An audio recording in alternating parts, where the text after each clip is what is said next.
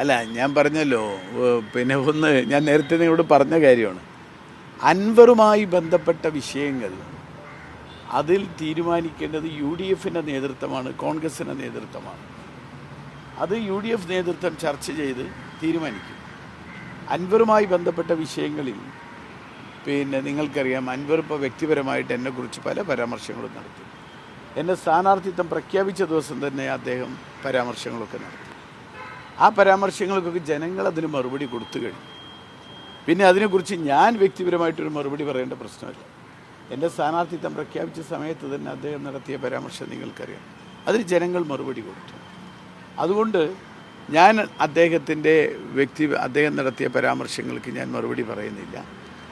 പിന്നെ രണ്ടാമത്തെ കാര്യം, അൻവറിനെ യു ഡി എഫിൽ എടുക്കുന്നുണ്ടോ എടുക്കുന്നില്ലേ, ഇപ്പോൾ എടുക്കാൻ കഴിയുമോ എന്നൊന്നും തീരുമാനിക്കേണ്ടത് ഞാനല്ല. എന്നോട് ചോദിച്ചാൽ എൻ്റെ അഭിപ്രായങ്ങൾ ഞാൻ പറയും. യു ഡി എഫിൻ്റെ നേതൃത്വം വളരെ കൃത്യമായ കാര്യങ്ങൾ പഠിച്ചുകൊണ്ടായിരിക്കും ആ കാര്യങ്ങൾ തീരുമാനമെടുക്കുക. അതിൽ യു ഡി എഫ് നേതൃത്വത്തിന് യാതൊരുവിധ അഭിപ്രായ വ്യത്യാസവും ഉണ്ടാവില്ല എന്നതാണ് എനിക്കത് തീർച്ചയാണ്, യാതൊരു സംശയമില്ല.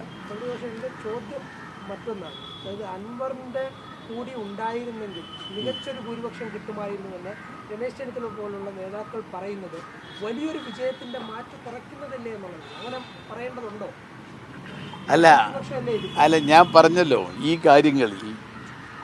ഈ കാര്യത്തിൽ അത് എല്ലാ കാര്യങ്ങളും വിലയിരുത്തി ഒരു തീരുമാനം യു ഡി എഫ് നേതൃത്വം എടുക്കും. അതിൽ യാതൊരു സംശയവുമില്ല.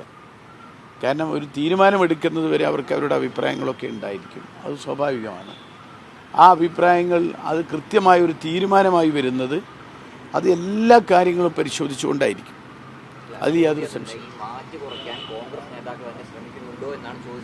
അല്ല.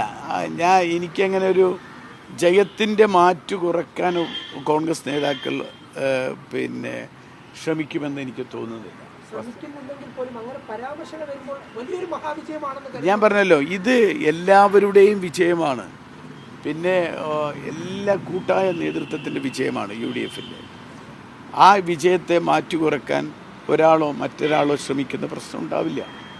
പിന്നെ അൻവറിൻ്റെ കാര്യത്തിൽ ഞാൻ നേരത്തെ സൂചിപ്പിച്ചു, അത് യു ഡി എഫ് കൂട്ടമായ എല്ലാ കാര്യങ്ങളും പഠിച്ചുകൊണ്ടായിരിക്കും അത് തീരുമാനമെടുക്കുക.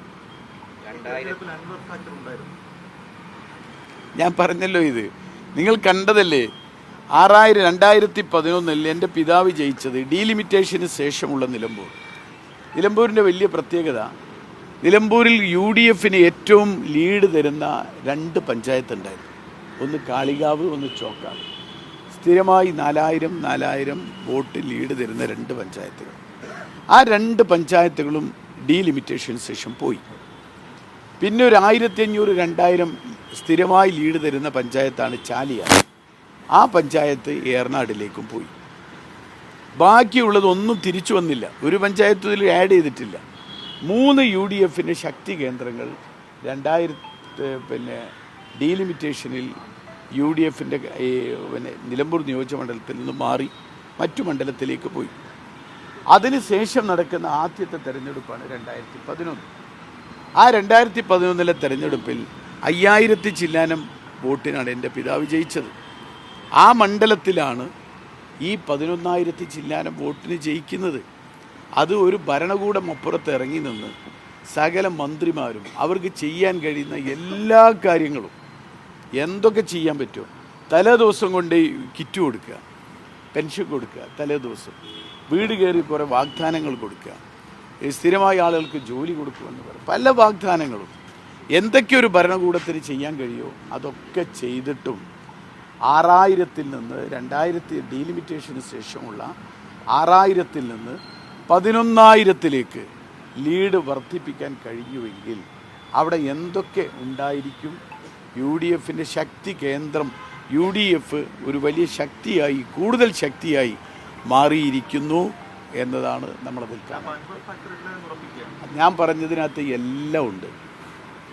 2011 അൻവർ ഫാക്ടർ ഇല്ലാത്തൊരു കാലത്ത് 6000 വോട്ടിന് ജയിച്ചുവെങ്കിൽ, 6000-ഓളം വോട്ടിന് ജയിച്ചുവെങ്കിൽ, ഇപ്പോൾ അതേ മണ്ഡലം 11,000 ചില്ലാനം വോട്ടിന് തിരിച്ചു പിടിച്ചെങ്കിൽ അവിടെ എന്തൊക്കെ ഫാക്ടർ ഉണ്ടാവും എന്നുള്ളത് നിങ്ങൾ മനസ്സിലാക്കി.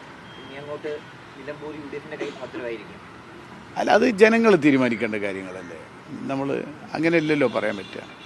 അതൊക്കെ ജനങ്ങൾ തീരുമാനിക്കേണ്ട കാര്യമാണ്. UDF അത് ഞാൻ പറഞ്ഞല്ലോ, എന്നെ സംബന്ധിച്ചിടത്തോളം ജനങ്ങളുടെ കൂടെ നിന്ന് പ്രവർത്തിക്കാൻ ഞാനുണ്ടാവും 100%. അത് ഏറ്റവും കൂടുതൽ അതിസാധാരണക്കാരൻ്റെ കൂടെ നിന്ന് പ്രവർത്തിക്കാനുണ്ട്.